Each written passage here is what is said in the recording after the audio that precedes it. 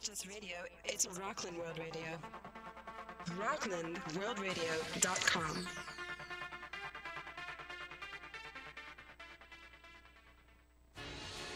Welcome to Sober University, your next step to successful recovery, with Cheryl Adler, who says if you are going to crave anything, crave living life to the fullest. Maximize all you have and squander nothing. This program provides information to help you get your physical, mental, and spiritual house in order. And now, the host of Sober University, Cheryl Adler.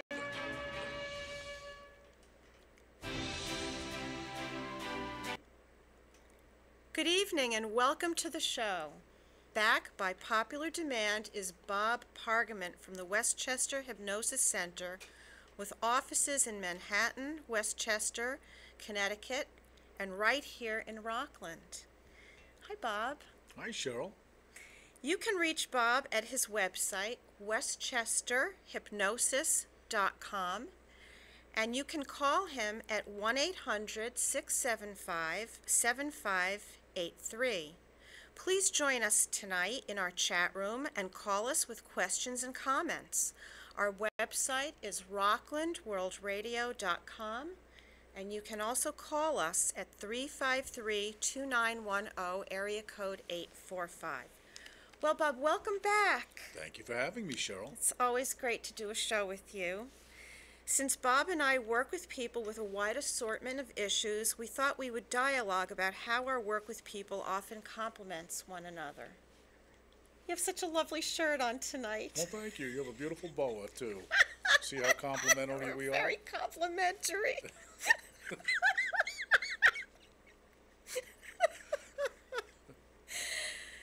Yes, giggling is part of being sober. Right. Our sober living topic tonight is a prelude to Valentine's Day.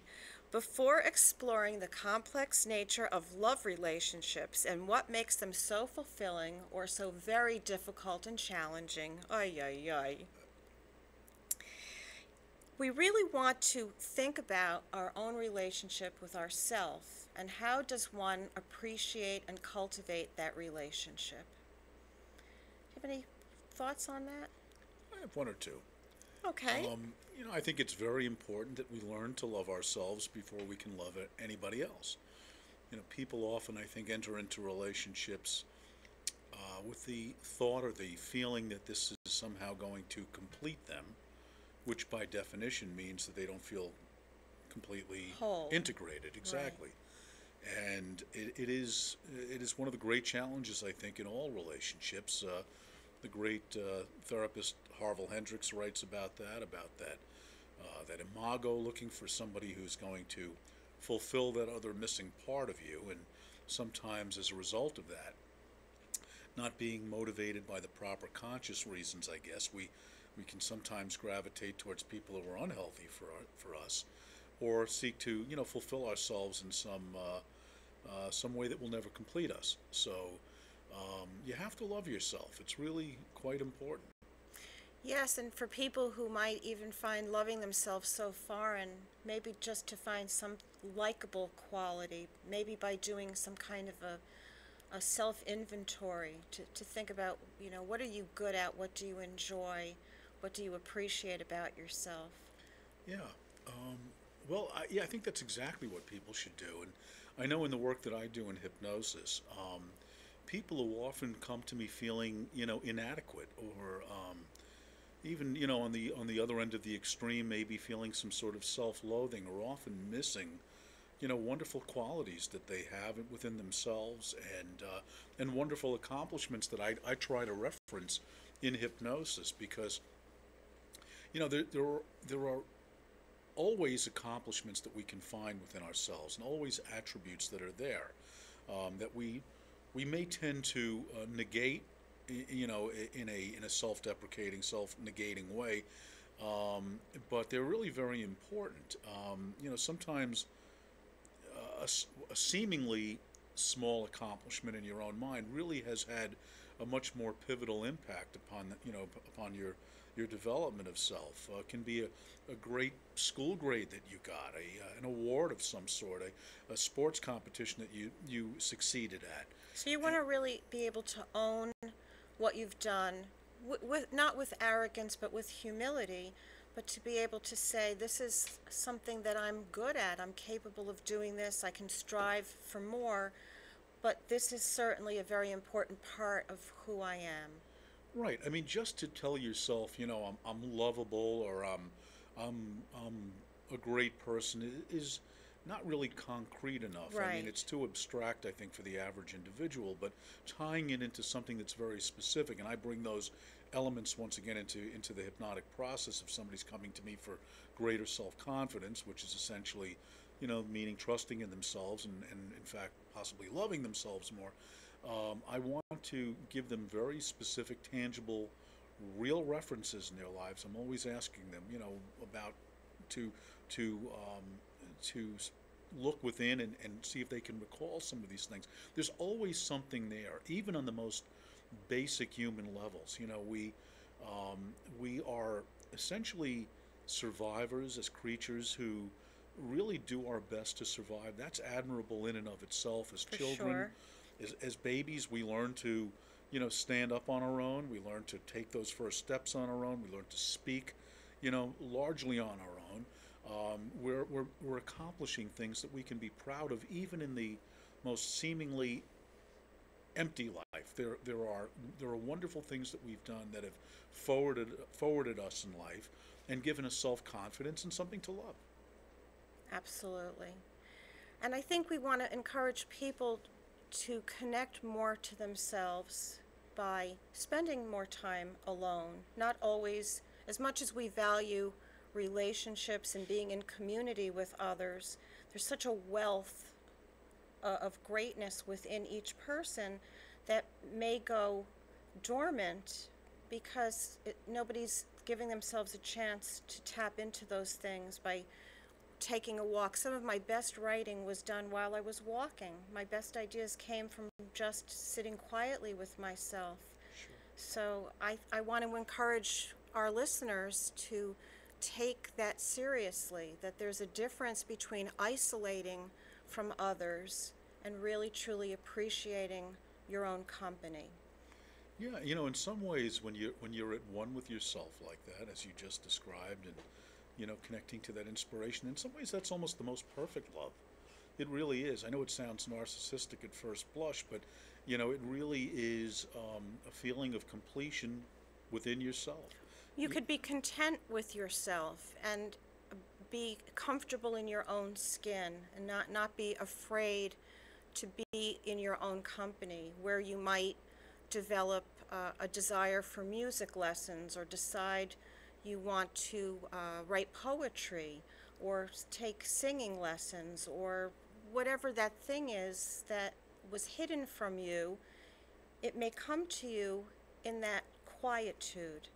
And I really want to encourage my listeners to balance your life out where you're so engaged with other people, to spend some time on your own. People close in my life love to meditate on a regular basis, and they derive great benefits from the peace and quiet of the meditation, where thoughts and feelings and clarity surfaces. Whereas when you're so busy connecting with other people, you're distracted. Sometimes it becomes a distraction rather than a genuine connection. Yes, yes. I mean, Eckhart Tolle talks about that in The Power of Now Yes. quite a bit. Yes. The ability to just be. Just be. We are human beings. I think there's a root in that, a root meaning in that. Not that human phrase. doings. Yeah, human beings, and just to be is a very, very anchoring and sobering place to be. You're with yourself. You're in that moment of now. Learning how to do that is very difficult, and I think that there is this feeling that people often have, being ill at ease with the now, is often manifested in the desire to have, where you need to have somebody in your life. I mean, as opposed to really wanting somebody in your life, that there's that same kind of discontent that sometimes drives people into relationships more for the sake of filling space, just like Yes. thought, fills space in the mind. So being okay with yourself, unto yourself, in that moment of now is a very beautiful thing. Now, of course, it's extraordinarily beautiful when you find somebody, when you connect to somebody, human being to human being, but it has to come about, I think, after you have laid some groundwork for yourself and established that feeling of being okay with just you. I agree completely that being with somebody to fill space and time is so very different from being with somebody from a place of strength and desire because you're whole and healthy and pretty put together on your own. Right. And you right. have that much more to bring to a relationship. Yes. Yes. So I was thinking that I was going to read a little part from my book on this topic of solitude, even though we're going to eventually tie this all into connecting with other people. And I would just like to say, Cheryl, as you are always doing the interviewing and asking other people to speak about their work, what a wonderful accomplishment this book is, how Bob, insightful thank and you. thoughtful it is. And I recommend to all of your listeners to really pick this book up. And it's not just a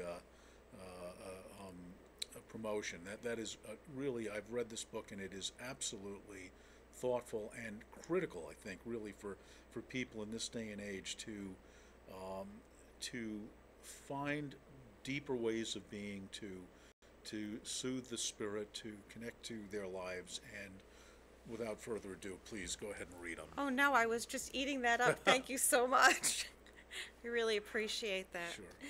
So, my listeners, I'd like to read to you a small portion of chapter 27 titled A Time for Solitude, and I'm going to be quoting first a woman named Alice Kohler who said, "Being solitary is being alone well, being alone luxuriously, immersed in doings of your own choice, aware of the fullness of your own presence rather than the absence of others, because solitude is an achievement."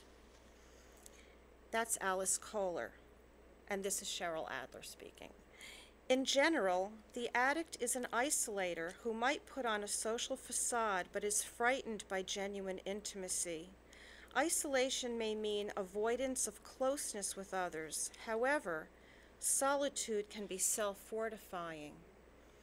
As Anthony Storr noted, quote, "The capacity to be alone thus becomes linked with self-discovery and self-realization, with becoming aware of one's deepest needs, feelings, and impulses." Enjoying your solitude can be a prelude to intimacy. When you learn who you are, you can enter a friendship or love relationship with a stronger sense of self. Your healthiest relationships are rooted in strengths. Your weakest ones are sometimes the toughest to break because they become their own form of addiction and dependency. Wanting to please and feeling needed sets up a very different kind of relationship, one in which you may even be invisible, with your own needs not being met. As you're reading that, it really evokes thoughts of hypnosis and the effects of hypnosis. In what way? Well, one of the things that I find occurs to me after during and after the experience of hypnosis, and a lot of my clients have said this, is that you feel very centered, very Zen-like. You're quieter inside of your mind. You are not pulled in many different directions by distracting thoughts or internal chatter. And so you have this feeling of well-being. You have this feeling of being okay. For many people, including myself, I guess the first time I experienced it, it was sort of no pun intended, an awakening. In the sense that you realize how serene you can feel, how zen-like and balanced, and how you can be that being or be in that state of being and be perfectly okay. Where you can You're at peace. Yeah, it's much like, think about how at peace you are when you're engrossed in a beautiful piece of music. Just totally, it's just you and the music. Right. You don't really need anything externally to confirm that. It's nice to share it. There's no question about that. It's a beautiful thing to share it, but in and of itself, there's a great deal of joy in just being at one with that piece of music or art or nature. Looking at a flower or a tree or a sunset, whatever it might be. I know this sounds a little hallmark, but it Not really at all. It's very real. It's very anchoring. You feel very rooted and connected, and that's a very healthy place to be, I think. Again, you don't want to. Nobody's suggesting we spend our entire lives in that state. We don't have to be Hermits. doing Walden Pond or anything like that. But it's okay just to be at one with these things and to experience that. It's a very human moment, very sobering, very, very solid. It certainly is. And I'm going to encourage my listeners to go outside after the show and look at the magnificent full moon. Yeah. And you'll really get to feel how beautiful that is. Just be with the moon and the stars and breathe. And you can howl if you want. Ow! I love to do that. Want to howl at the moon? Sure.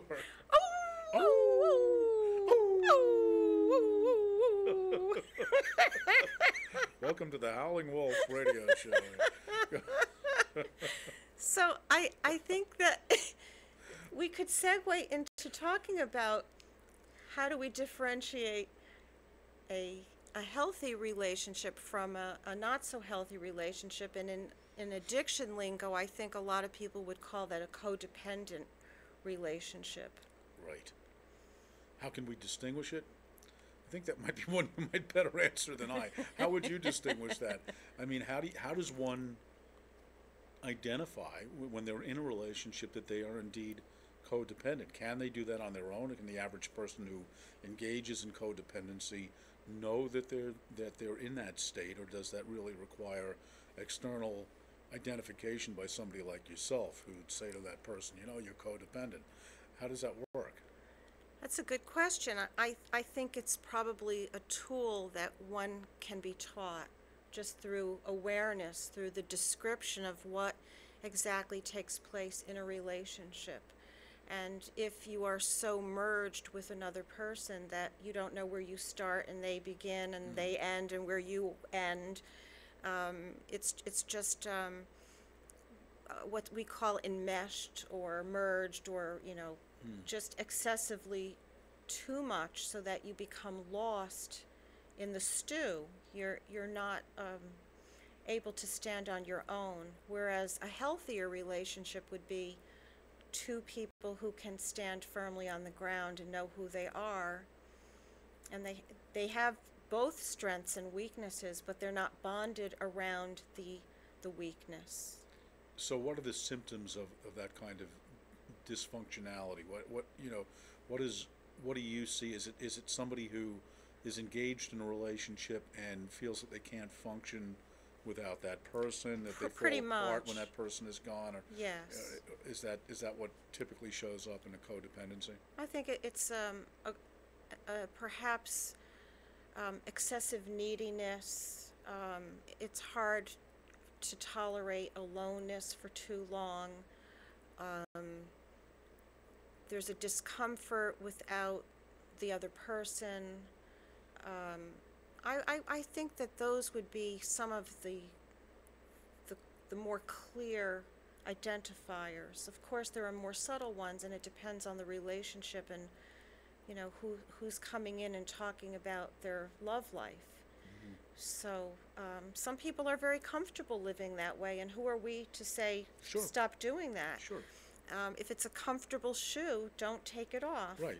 So we're not sitting here judging that in people, but I think the distinction is if that relationship is robbing you of your soul, of your essential quality, if the relationship does not support and encourage you or help to enlighten you and help you grow, then it's very likely that it is a codependent relationship, because what then happens in a codependent relationship is if somebody says, I want to do something that's going to take me on the other side of the country for 3 months. I love you dearly, but I really want to make this dream come true. I got a part in a show. And your partner feels threatened by that and says, no, you have to stay here and cook for me. That's a sign that you really want to look pretty closely at that. Maybe time to change things up. Put some TV dinners in the freezer and hike. Well, speaking of dysfunctionality, I think it might just be an opportunity to talk about some of the issues, the relationship issues that I deal with in hypnosis. Please tell us. Also, if I can just Sure. offer that. Absolutely.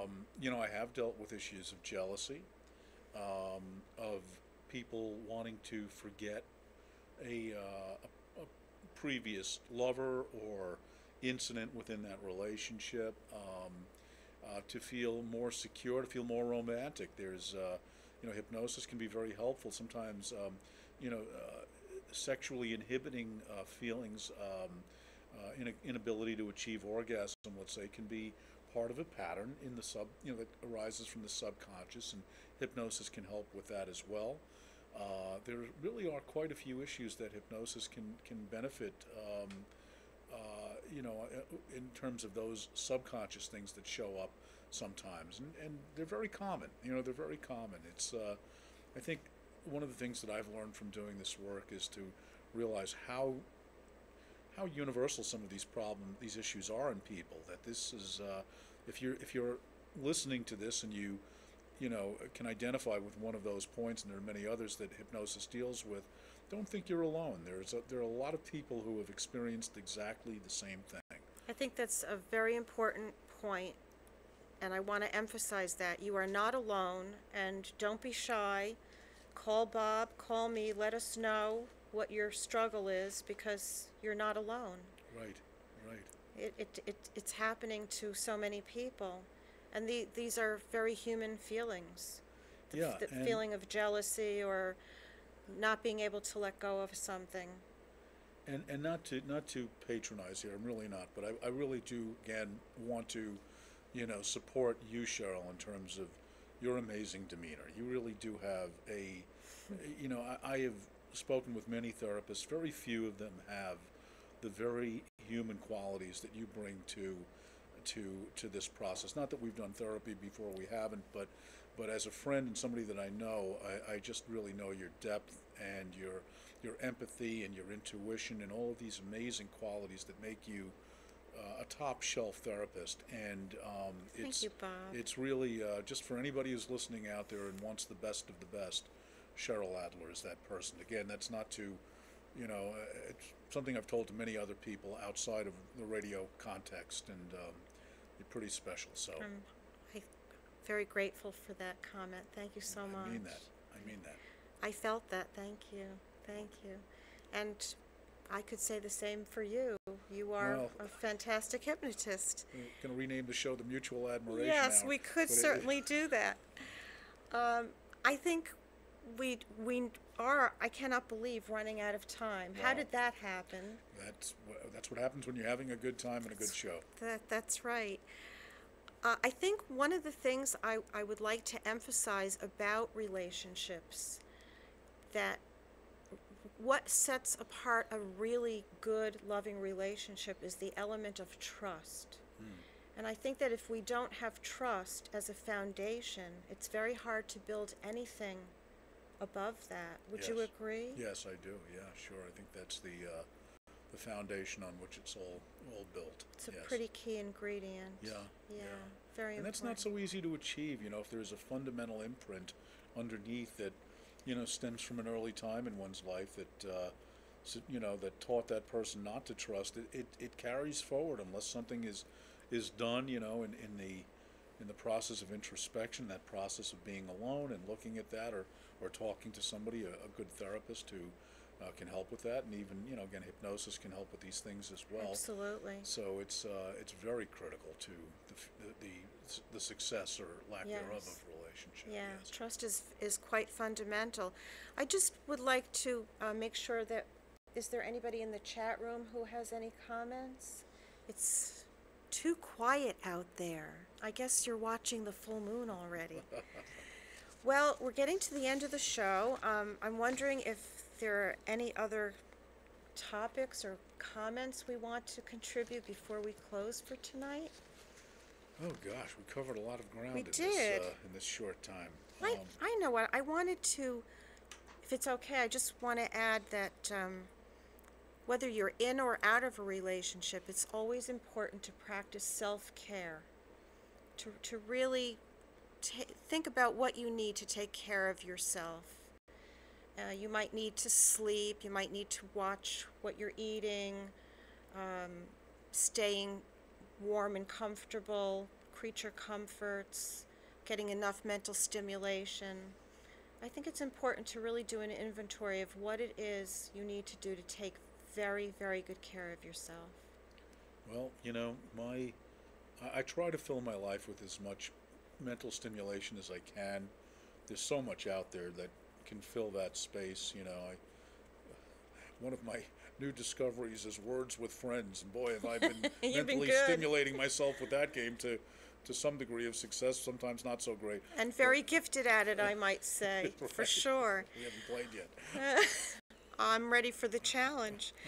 But not just the mental stimulation, but as we said earlier, the contemplation, being able to sit quietly and truly contemplate, who you are and what you need.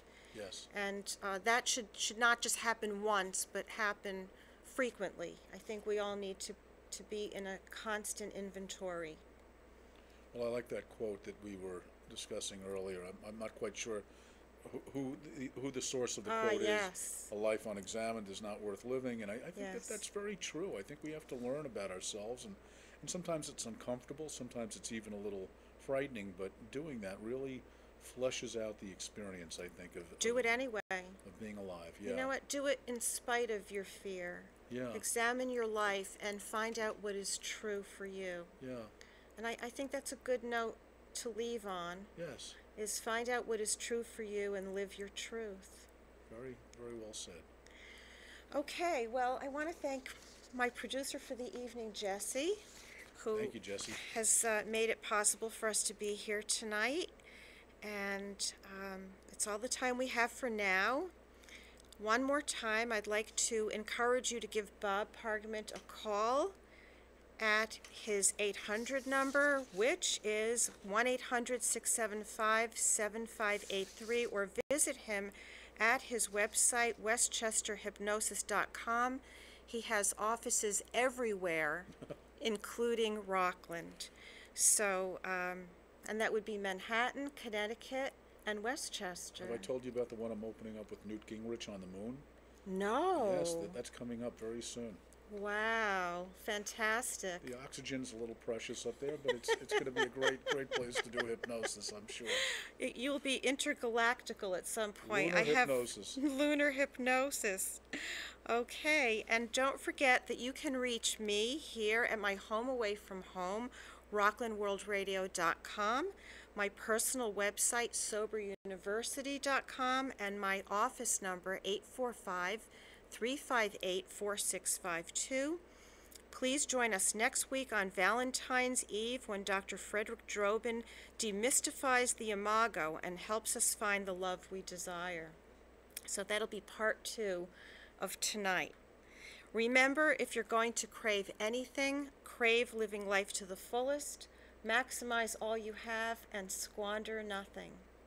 Thanks for sharing this time with us tonight.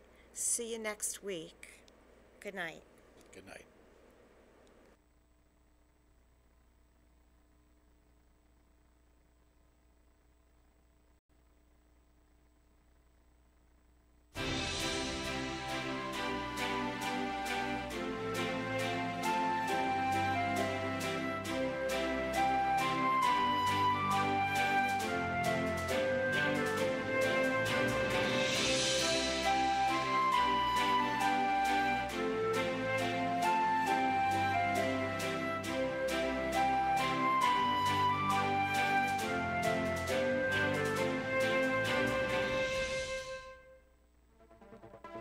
It's not just radio, it's Rockland World Radio.